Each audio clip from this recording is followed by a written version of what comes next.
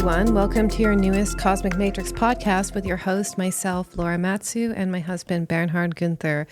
And on this episode, we will be discussing the alchemy of physical and spiritual health. And we're going to explore how to balance your physical and spiritual health and why this is especially important with the current nodal shift into the Virgo-Pisces axis, with the South Node in Virgo and the North Node in Pisces. So what does this astrological alignment mean, and how does it impact our collective and personal evolution?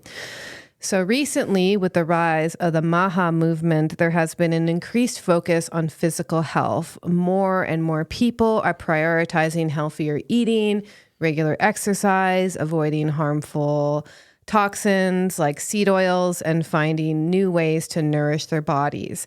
However, with the South Node in Virgo and the North Node in Pisces, it's essential to remember that true health and well-being requires harmony between mind, body, and spirit. So focusing solely on physical health can leave people feeling unfulfilled, meaning you might eat the cleanest diet, avoid all the toxins, take the supplements, and exercise regularly, but you can still feel unwell mentally, emotionally, or spiritually. So an overemphasis on physical health can also lead to very obsessive fear-based behaviors, trying to avoid everything. There's toxins everywhere, and just being in fight or flight about avoiding the toxins in the environment, which is obviously also counterproductive to your overall health. So the question is how do we balance our physical health while also recognizing that we are multidimensional beings, and we not only have physical bodies, but we have mental bodies, we have emotional bodies, we have spiritual bodies that all need our attention and care. So what we're going to cover in this first hour of the episode is the Virgo-Pisces nodal shift, what this astrological transit means for personal and collective evolution, how it ties into this holistic health movement we're seeing, and why it's crucial to integrate mind, body, and spirit for true well-being and health. We're going to discuss about how this ties into also Pluto and Aquarius, how technological and scientific advancements in health may shape our future, and the risks of replacing organic life with a machine-based intelligence. Why it's important because of that to also activate our inner technologies. So we're going to discuss the importance of developing your own innate spiritual and energetic capacities instead of just relying solely on external technologies. And most of all, we're going to discuss the subtle bodies, and we're going to give insights from yogic philosophy on how to recognize when your physical, mental, or spiritual bodies are out of balance, and the practical ways that you can restore harmony within any of those bodies to have optimal holistic health.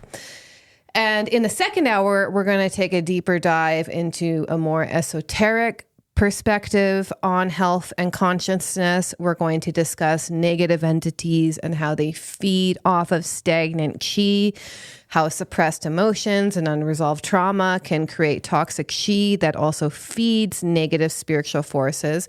We're going to talk about the dark side of biohacking and the longevity movement and the obsession with physical immortality. We're going to discuss the spiritual vacuum and how living in a world disconnected from spirit leaves us more vulnerable to takeovers from external occult forces. We're going to talk about the transhumanist agenda and how this agenda seeks to replace organic intelligence with a machine-based consciousness and the spiritual consequences of that shift. And we're going to give you solutions, so practical ways that you can anchor your natural organic intelligence and resist this encroachment of an artificial machine-based consciousness. So by the end of both episodes, you're going to have a very deep understanding of how to cultivate your own holistic well-being in an age that's increasingly becoming dominated by both a materialistic mindset and a technological revolution. So we're going to share practical insights and our own experiences and tools that we use and that you can use to help you stay connected to your true nature while navigating this world of like hyper change around us. I feel like things are changing very quickly. So for those who are new to our podcast, we always have a second hour. So we do a first hour for free to the public and a second hour where we have a second hour of almost 150 episodes by now, right? Yes. And if you want to join, you can go to veilofreality.com/membership. And I think it's $11 a month. And you can get access to every single second hour that we've ever done, including this one. So if you want to join, please go to veilofreality.com/membership and we'll see you there. So yeah, let's just begin chatting about this nodal shift. So just to give you the time frame, the nodes of the moon shifted into the Virgo-Pisces axis January this year, and they will be there until April 2026. And Pluto is obviously still in Aquarius and will be there for the next 20 years. So Pluto and the nodes work together in both individual and collective evolution. While Pluto represents the mass evolutionary process, which currently is going to take on Aquarian themes, the nodes will represent the current direction the collective is meant to move towards. So the focus right now is on collective evolution through technological, scientific changes. And currently the way that collective evolution will manifest is a focus on mind, body, and hopefully spirit health, which are the themes of the Virgo-Pisces axis. So basically, on a mundane level, we might see a lot of technological and scientific advancements in health in the next year. Some positive, some maybe not so positive, and activating this more synthetic, machine-based timeline. So we're just going to see a lot of shifts happening, I think. And so let's just chat quickly about the Virgo South Node. So the South Node is our comfort zone. This is going to be things that we're going to be accessing quite easily, and it will come easier to us. So with the South Node being in Virgo, this is about earth, the body, physical health, the mind, daily routines, nutrition, and the habits we do every day to maintain our physical and mental health. While the North Node in Pisces is about the leading edge of our growth. It's about new territory, unexplored terrain. It will push us into the unknown and bring the evolution of our soul as we move towards it. So in Pisces, this is more about spiritual health, emotional health, our connection to God. It's taking a more energetic and holistic approach to health, which takes into account not only our spirit and our soul, but the more spiritual and subtle realms of this existence.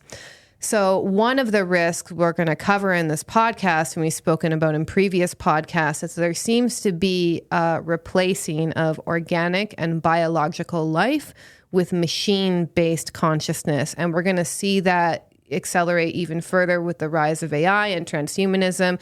And we feel this is going to be a major theme all throughout Pluto and Aquarius. And I just want to also say, because we get this thing a lot, we're not anti-AI at all. It's just a tool, right? It's in how we use it. But most importantly, we think that it's very important that humanity activates their inner technology rather than becoming overly reliant on outer technologies. And essentially, inner technology means our mind, our energy, our emotions, our consciousness, and learning not to be a victim of our own compulsive thoughts, emotions, and, just be thrown about by the external chaos. So basically activating our inner technology ultimately means to raise our consciousness and helps us operate at our highest potential physically, mentally, and spiritually. But if we become reliant on outer technology instead of developing our inner technology, we actually risk becoming disconnected from our true self. We lose connection to our intuition and our own internal guidance. I know a lot of people struggle with that already. We can forget our purpose for being here. We can forget who we really are. And we actually lose our connection to the larger intelligence of the cosmos. So we can experience a type of spiritual atrophying where our intuition, our imagination, our creativity weakens because we rely on machines to do our thinking, feeling, and creating for us. And we also become more vulnerable to manipulation, like through the programming we get from technology, from AI, from the media, because we're outsourcing our inner knowing to external technology and external sources. And then lastly, we also become, there's a risk of a loss of embodiment. So this constant focus on technology, on information, on outer things leads to us escaping from the body and becoming dissociated from it, as we're mainly operating in a mental and intellectual plane of existence. And then also, as we'll discuss more in the second hour, when we become chronically disembodied, we leave ourselves open for spiritual invasion, which invites hostile beings, as Rudolf Steiner and Sri Aurobindo and other teachers have warned us about. So over-identification with machines and AI does create entry points for us to become vessels for forces who perhaps do not serve organic life. So that's something especially we're going to touch on, but maybe you can speak to that because that's something that you've gone into a lot. Yeah, we'll definitely address this more in the second hour in depth, but it goes deeper into my work, obviously, for called hostile forces, what I've called the alien invasion through our bodies, which relates to the disembodiment, disassociation, also has related to the COVID vaccine based on Thomas Meyer's work, and the over-digitization and technology taking over that makes us very head-centric, gets us out of body, something else can come in. And it's been an ongoing agenda. We'll dive deeper into that in the second hour. But I also want to really emphasize that we're not black and white. It's not about denying technology or being afraid of AI and whatnot, right? It's about what level of consciousness you're using it with, and it can be used as a tool and can help us in many other ways. So we need to be more nuanced about this, because I think that's another Pluto and Aquarius characteristics, to completely reject everything and retreat into the woods and completely reject all technology and brand it as evil. So before we dive deeper into this topic, I also want to mention how you can already see the Virgo-Pisces axis in works, how it's influencing the collective already, as you described it, because there has become more awareness around health. With Maha, Make America Great, Make America Healthy Again, with RFK Jr., right? Even talking about the fluoride in the water, questioning the toxins in the vaccines and seed oils, and even EMF. He hinted at chemtrails. There are a lot of stuff that were considered quote-unquote conspiracy that are bringing in the foreground into the mainstream and addressed from a health perspective. And I think that's very positive. Right. Yeah. I have to say, though, I don't know if you've already seen this, but like there was this thing about all these like places like Shake Shack and all these other restaurants who are going to be using tallow. Did you see that announcement? They're actually mixing seed oils with tallow. It's just a psyop, basically. So they're trying and this is a kind of like Virgo Pisces axis, because Pisces can also be illusion, delusion. So you can see they're like pretending they're healthy, but actually they're just going to add a little bit of tallow to the seed oils. There's a whole extreme, because of TDS and all of that, Trump derangement syndrome. RFK is also being attacked, and people don't want to let go of their vaccines and their toxins, and they're very attached to it. Yeah. And then you have other people who think that RFK Jr. doesn't go far enough. He needs to ban all vaccines. No matter what, I want to just see, you can be very cynical, overly negative, but there's a positive movement. There's more awareness around health happening. Yeah. Right? This is very clear.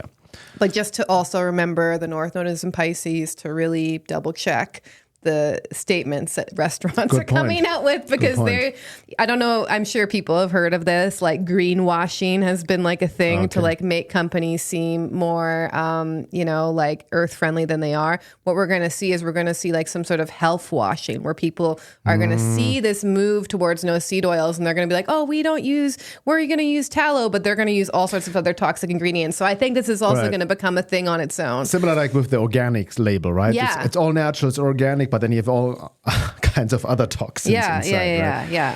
So anyway, let's dive into that. Okay, so in order really to understand the multidimensional nature of your being, especially from a health perspective, let's talk about the so-called koshas. Now, the concept of the koshas originates from ancient Indian yogic philosophy, specifically from texts called the Upanishads, which are part of the Vedic scriptures dating back over 2,500-3,000 years. The koshas are most clearly described in the Taittiriya Upanishad, a philosophical text that explores the nature of the self, Atman, and ultimate reality, Brahman. Now, the origin and meaning of the word kosha means sheath or layer in Sanskrit. The kosha model was developed to explain how the divine self, which is Atman, is experienced through various layers of existence, from the most physical body to the most subtle bliss. The purpose of understanding the koshas was to guide practitioners into self-realization by moving inward through each sheath to uncover the true self. Now, the koshas represent, as we just mentioned, the multidimensional nature of your being, from the most physical to the most subtle. So what that basically means is that you're not just your body, you're not just your thoughts, and you're not just your breath or your energy. Beneath and within all these is the unchanging, blissful self, the true self with capital S.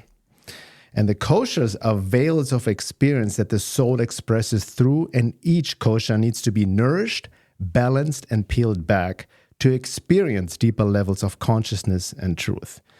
Now, a simple way to picture it is if you would imagine 5 transparent interwoven layers of being. Number 1, the outer layer. This is your physical body, also called the Annamaya kosha, that is tangible and sensory. The second layer is breath and energy, Pranamaya kosha, which is the life force. And the third layer is mind and emotion, Manomaya kosha, which are the thoughts and feelings. Then there's the fourth layer, intellect and wisdom, Vijnanamaya kosha, which is discernment and inner guidance. And then the innermost layer, bliss, Anandamaya kosha, spiritual joy and pure awareness, the true state of your soul being, so to speak, or true self with capital S. Now, at the center of all these is your Atman, or pure consciousness, which is unchanging, infinite, and beyond the koshas. Now, the question obviously comes up, why does that matter? Understanding the koshas really helps us to see that healing or growth in one layer affects the other. It's the foundation of the meaning of holistic health, really. For example, emotional stress can drain physical energy. Breathwork can calm mental chatter. Tuning into bliss can bring peace to the entire system. So it's all interrelated. Ultimately, the kosha model is a map for wholeness, showing us that health and awakening are about balancing all layers of who we are, not just the physical. Yeah. So you can see that it's so much more beyond this very materialistic approach. You know, the best doctors out there who are really making huge shifts in holistic healing have to acknowledge these other bodies. They have to acknowledge your thoughts. They have to acknowledge your emotions. They have to acknowledge your spiritual bodies. It's really essential to look at all of these layers. And so what happens when our mind, body, spirit health comes out of balance? And how do we know one of these koshas are out of balance? Well, you'll often feel it on multiple levels. You can feel it physically, emotionally, mentally, energetically, spiritually. But here's different signs of imbalance you can look for in each kosha. So for the physical body, the Annamaya kosha, one of the signs of imbalance would be just chronically tired, low energy, chronic fatigue, getting ill frequently, muscle tension, chronic pain, stiffness in your joints, which can point to inflammation, poor digestion, poor sleep. For women, and if you're still menstruating, look at your cycle. Your cycle gives you so much information about your health as a woman. And just as a side note, I think we've normalized like PMS and like having these really intense moods around our period. That's actually a sign of a hormonal imbalance. And so and then last thing is just over-identification with our appearance or health routine. So getting very obsessed with physical appearance and then using diet and exercise to just make ourselves look the way that we want while it's creating anxiety and obsession in the mind. Okay, so that's the physical body. And then we have the pranamaya kosha, the energy body. So what are some signs that your energy body are imbalanced? Well, you just constantly feel either drained or restless. So you're either in freeze or you're in fight or flight a lot of the time. Your breathing could be very irregular or shallow, which honestly, I think that's the norm in the world. If people in general would just focus on deep breathing a little bit more deeply throughout their day, it can make a huge difference. Nervous system dysregulation, chronic anxiety, difficulty concentrating, difficulty being present, even like the death scroll that people get on in social media is often a sign that something is out of balance in your energy body and you're just kind of doing something mechanically. There's also feeling emotionally numb, like inability to feel alive, inability to feel a sense of passion for your life is a sign that your energy body is out of balance.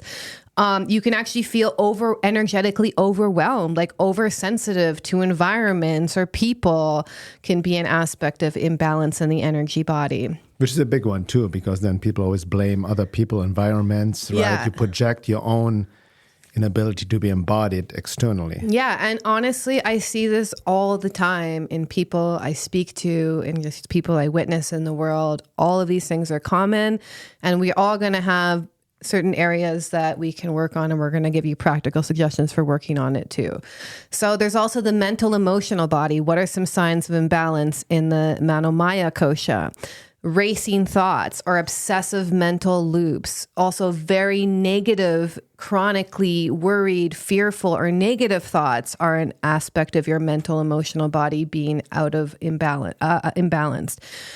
Feeling mentally overwhelmed by social media or the news, having mood swings all over like your moods are all over the place, which points to some unprocessed emotions, emotional dysregulation, feeling mental fog, feeling disconnected from your inner knowing, having difficulty setting emotional boundaries with people, even having difficulty setting boundaries with yourself. So this is more working on the emotional body and how that affects you mentally.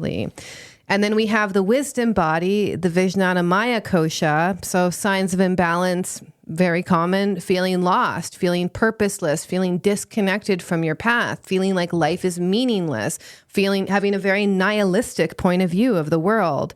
Difficulty making decisions, which points to the lack or the disconnection from your own inner guidance, doubting your own intuition. There can also be lack of discernment where you just absorb other people's beliefs and thoughts as your own, and you get very derailed from your own path because you're actually just following someone else's path.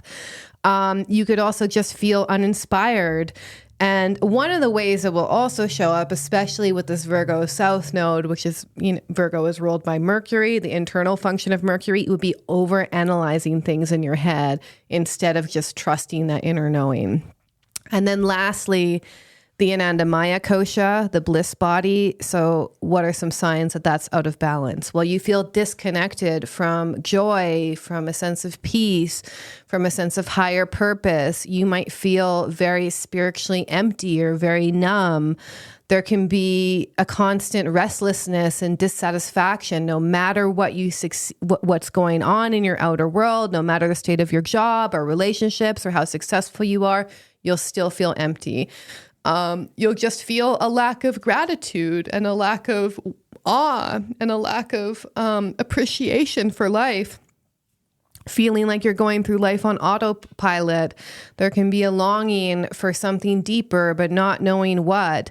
So just generally, clues that something's out of balance is you're just going to feel off. And no matter what supplement you take, no matter how clean you eat, nothing will seem to solve it. And there's going to be a pattern going on that will show that there's some sort of unresolved mental, emotional, or energetic blockage. And in the Virgo-Pisces axis, you're going to oscillate between over-controlling, like, I just need to get back on that diet. I just need to get back on that workout routine. I just need to eat more clean would be the Virgo side of it. Or it could be on the Pisces side, I just need to escape, numb out, take drugs, take things that will help me check out.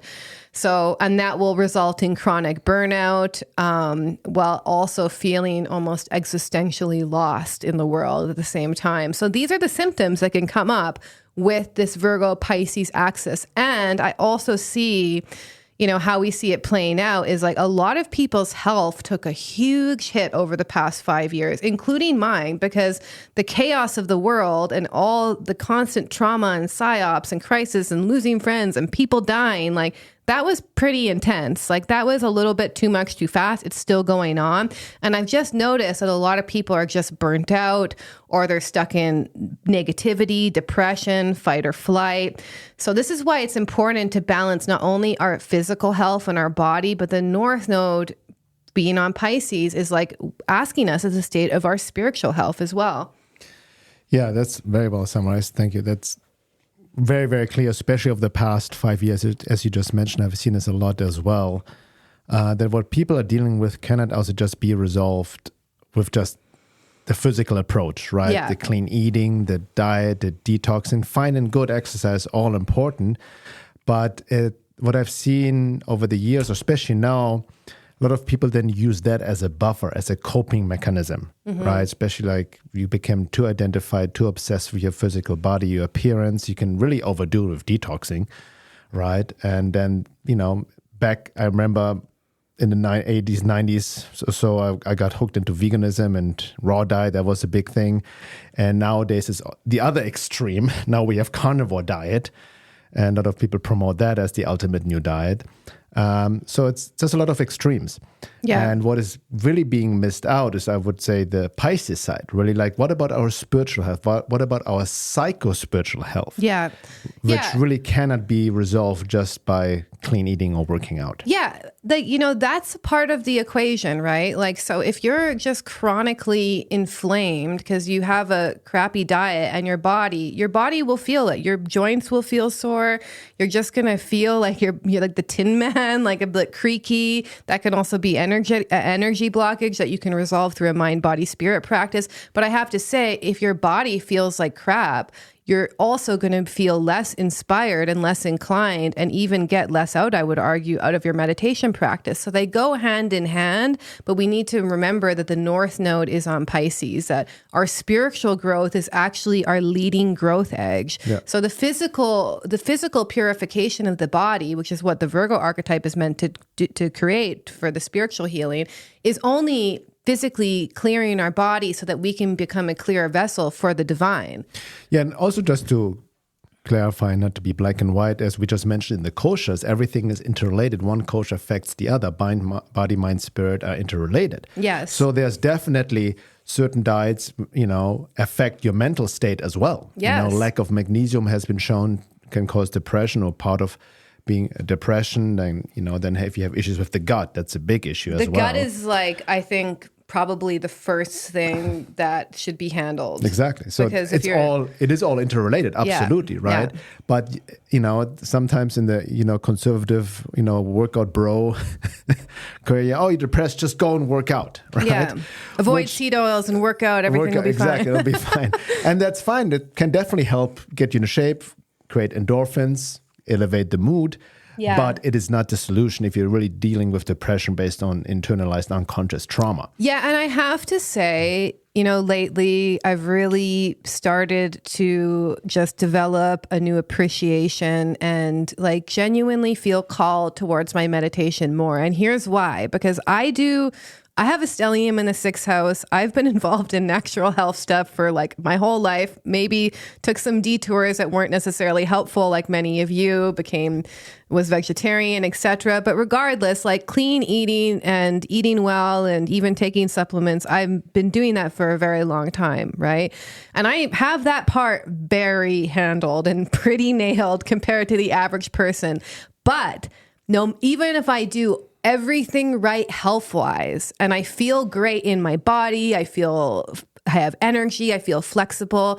If I don't take time to meditate at the end of the day and still my mind and just connect to that self, basically what I do is I just sit with whatever is going on in my body. I allow myself to fully experience it, breathe into it, and let it go. That's my fundamental practice. And that helps me process the emotions from the day. But I feel so out of balance and so lacking of love, of gratitude, of appreciation. My mind is all over the place. I get more ADHD type symptoms when I don't do my spiritual practice. So I can do all the physical health stuff And without that spiritual practice, I don't feel at my best. And I think a lot of people are like that. And I know a lot of people sometimes have trouble starting a spiritual practice too. Like I don't know what it is. I think it's actually the ego blocking the experience, but like they just won't sit down, even for 2 minutes, which is what I recommend starting with, just to sit down and just breathe and be with their body without reaching for their phone, without trying to do something. Because what you're trying to do in meditation is you're trying to, number one, if you're doing it somatically, you're clearing unprocessed emotions in your body from the day. So that's part of it. But also you're trying to establish the witness. So a lot of people say to me when they first start meditation, oh, I can't meditate. My mind is not still. And like, that's actually what you're trying to learn via meditation. Like, of course your mind is not still because you're not meditating. You're not just going to sit down and slip into a meditative space. Even I would say for the first year, if you're meditating, like if you're doing it sincerely, but through learning how to witness your thoughts and then return to the body as a point of attention. So you witness the thought and you bring yourself back to the body. You bring yourself paying attention to what's going on within you again and again and again, establishes what we call the witness. The self that witnesses everything, that's the true self that you start to establish. And so that's a practice. And normally when you sit down, you will actually first witness how insane your mind is. And you will actually witness all the thoughts swirling around in your body, in your mental body, in your physical body.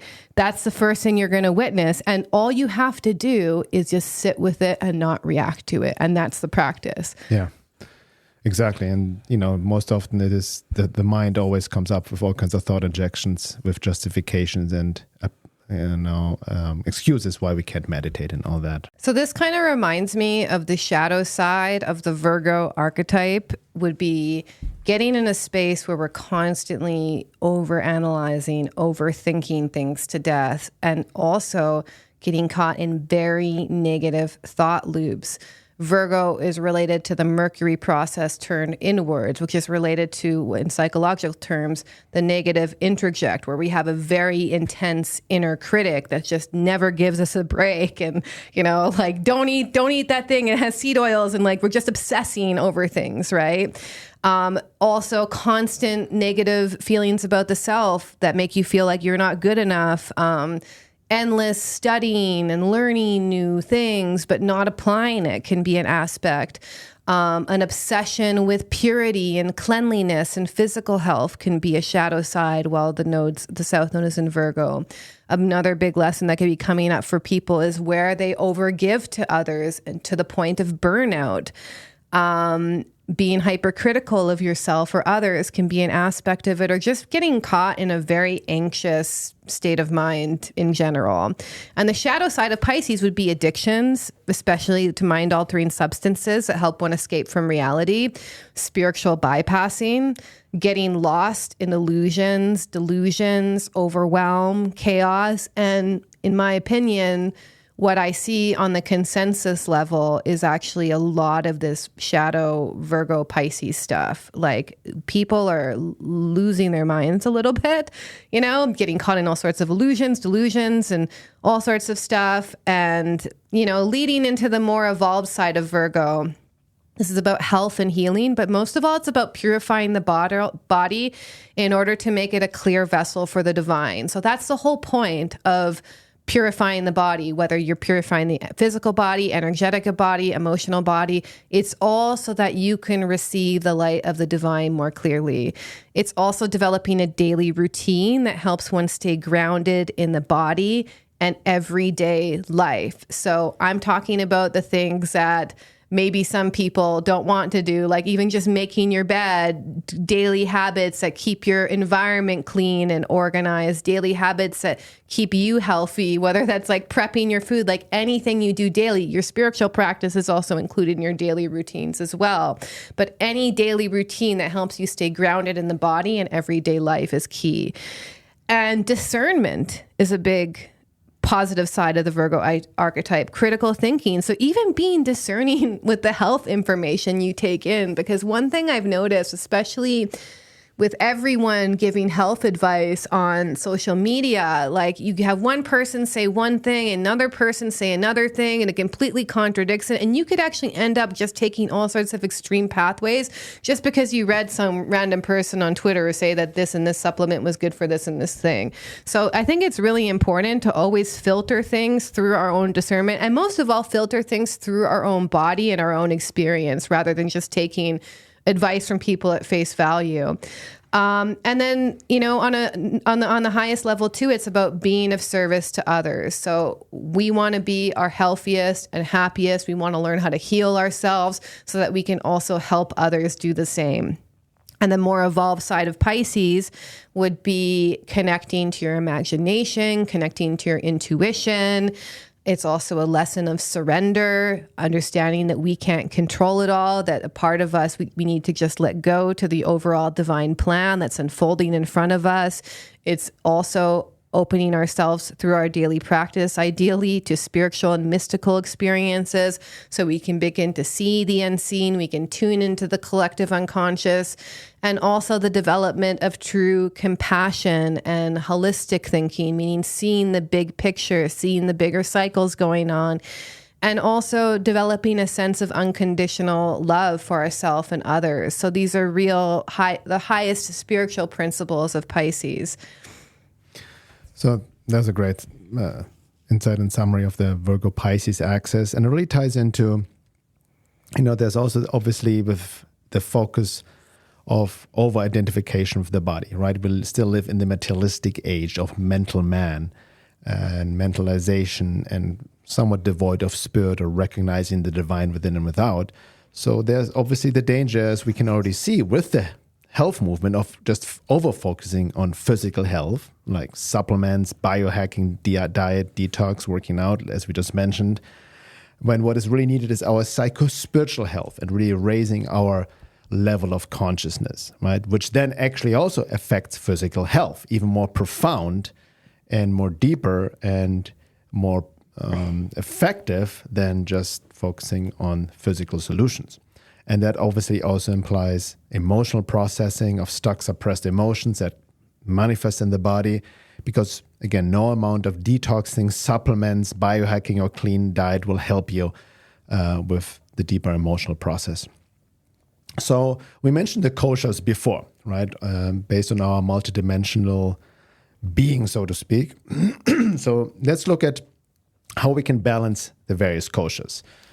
Okay, so first, the Annamaya kosha. So how do we care for the physical body? I'm sure some of you know this. Maybe you'll get something new from this, but we just want to focus on caring for the body through getting adequate nourishment and getting adequate movement. So having some sort of physical practice, maybe yoga, if that works for you. Always balancing too. If you're someone who works out a lot, just realizing that if you're creating chronic tension in your body, that also creates blockages. So any physical practice, whether it's working out or weight training, I feel needs to be also accompanied by proper stretching. Otherwise, you actually create a lot of body armor. I've noticed that a lot.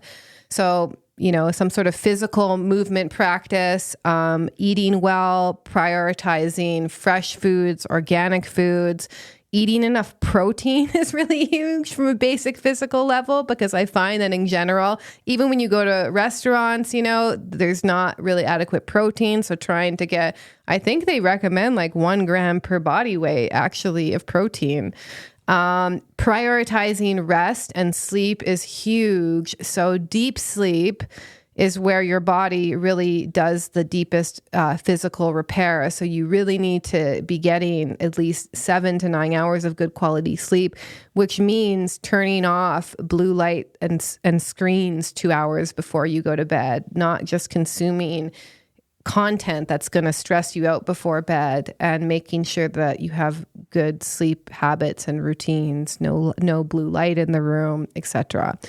Also, generally speaking, body work can really help to release tension, massage. So either you want to be releasing that yourself through yoga or body works or stretching, drinking clean water. I mean, these are the basics, right? But these are really important. And, just to add on to that, as I mentioned earlier, one of the foundations of all of this, I feel, even like eating healthy food, of taking supplements, is really make sure that you've got great gut health. I know there's certain tests you can take in a natural path, get a really good probiotic, one that has to be in the fridge. That's the biggest thing, because I know there's all sorts of probiotics out there that aren't kept in the fridge. Anyway, so focusing on gut health will also help a lot. Okay, energy body, the pranayama kosha.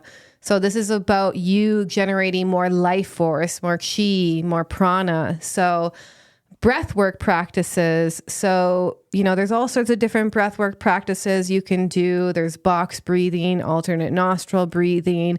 In general, you just want to have practices that you do throughout the day where you're deeply breathing, beginning in your body, and you're bringing it up through your lungs, your ribs, and your shoulders. A lot of us just breathe solely in the chest. And how we'll tell is because we'll be short of breath. It will even affect the way that the voice sounds. So people who have like very high voices and talk like this, they're actually like really kind of stuck in the upper part of their chest. Qigong, really great for the energy body. Time in nature, the natural elements of nature also help replenish your energy field. Singing, chanting, humming also helps move block energy if you're into sound healing.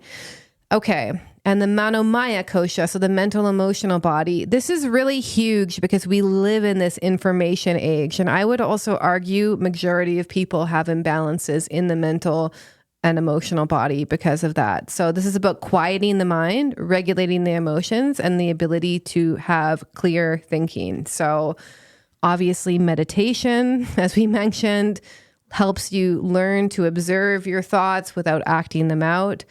One thing I noticed too in myself is like when I have like a lot on my mind and it's just kind of rushing around and it's like also mixed in with my own emotions. One of the best ways to get that out of me, I notice, is just to journal, just write it all down, stream of consciousness, unfiltered, not to share to people, but just for myself. And I literally feel like an emotional weight lifts the moment that I express myself in that way. So writing things down, stream of consciousness writing helps you emotionally process things. Just cultivating gratitude. So we tend to be very negatively orientated and always focused on this bad thing and wanting to shadow project on someone or wanting to gossip or whatever. We constantly have these negatively oriented thoughts swirling around our brain. And I think we need to also focus on positively orienting our thoughts. Allowing our emotions to release. So when we feel sad, if we have space, allowing ourselves to cry. If we feel angry, finding constructive channels for that. That's a huge one, by the way. I want to say that. Yeah, that's release. huge. It's huge. I think pretty much the majority of people have longstanding patterns of emotional suppression, and we need to learn how to just identify, acknowledge, accept, and nurture our emotions like a loving parent would. And have that loving kindness towards ourself and our own emotional experience. And even if you're someone who's numb, just acknowledging and validating the numbness and being present to the numbness can give space for other things to open up. So we need to have that emotional intelligence. And then media hygiene. I would say this is really huge in this day of age, but limit overstimulating content, limit 90-second video clips, limit constant negative doom and gloom, rage porn. That's not going to help your mind become quiet. That's going to keep you dysregulated. It's going to keep your mind all over the place in fight or flight. And I think once you start to develop a clarity of mind and you go into those kinds of things, you really start to notice how much they throw you off. So if you're someone who's always doing that, it might be very different for you to practice being with yourself and processing your emotions. But once you get the hang of it and you get the feel of it, then you start to actually prefer that to constant consumption. Okay.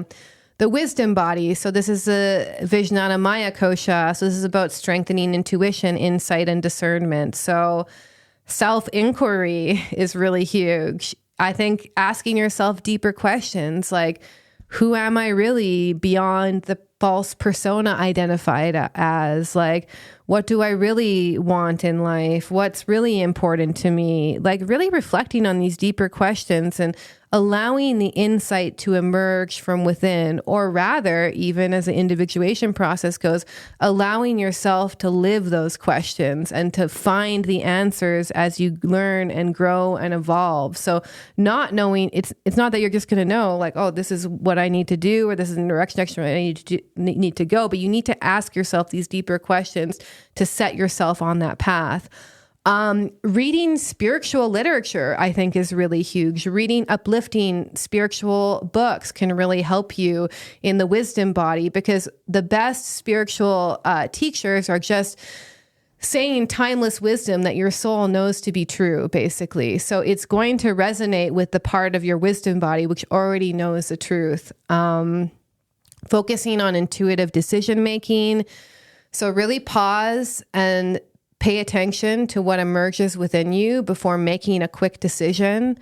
You know, if you don't know right away, sit with it. If you don't get it when you sit with it, keep sitting with it. That's my general point of view. I don't like just say yes to things right away. I actually run it through my own internal guidance. Cultivating time for that silence and stillness so that you're just not constantly focused on social media or answering emails or working or taking care of kids, but even just taking little breathers throughout the day, even if it's just for like 1 or 2 minutes, to just go within, to breathe, to connect to yourself, to connect to your heart, I think is really important. And then lastly, with the Anandamaya kosha, this is your presence, your joy, your unity. So meditation. So when people tell me too, like, I feel really disconnected from God, I don't know what God is, you know, the biggest thing, and I know this sounds so cliche, is to cultivate a spiritual practice. Like, that will help you gain a sense of stillness and presence, that you will begin to see the light of God in everything, basically, even in small ways.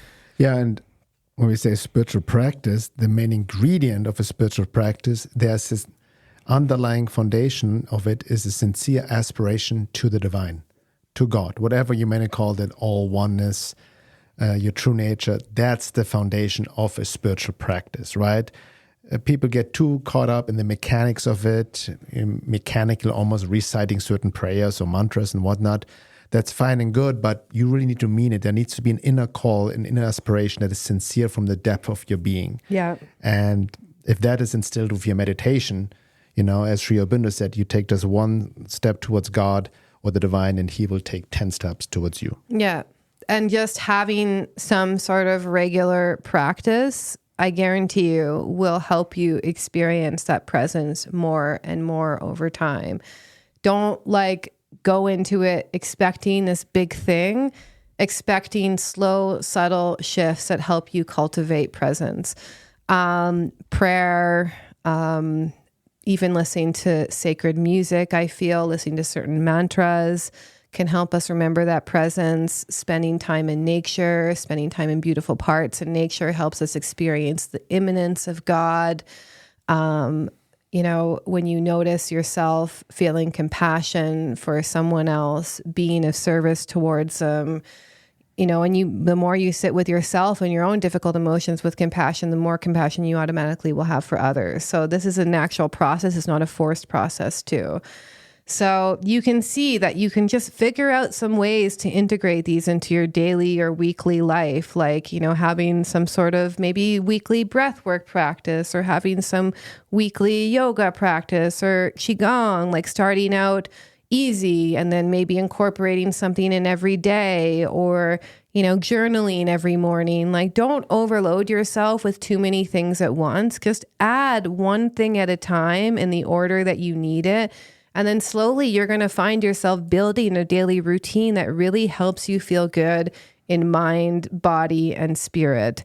And that's the whole point, is like, we really want to live with the full vitality and life force. And really, you know, I feel like a lot of people are just getting by and just surviving. And we really want to learn how to really thrive as individuals and do our, really activate our own inner technologies, our own intuition, and really feel just vital, vibrant human beings full of life force, full of love.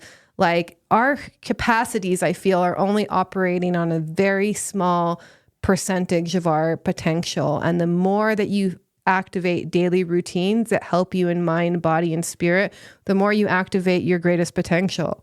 And it's not as hard and overwhelming as people think it is, but it really begins with the commitment to really want to live a healthier and happier life. Great.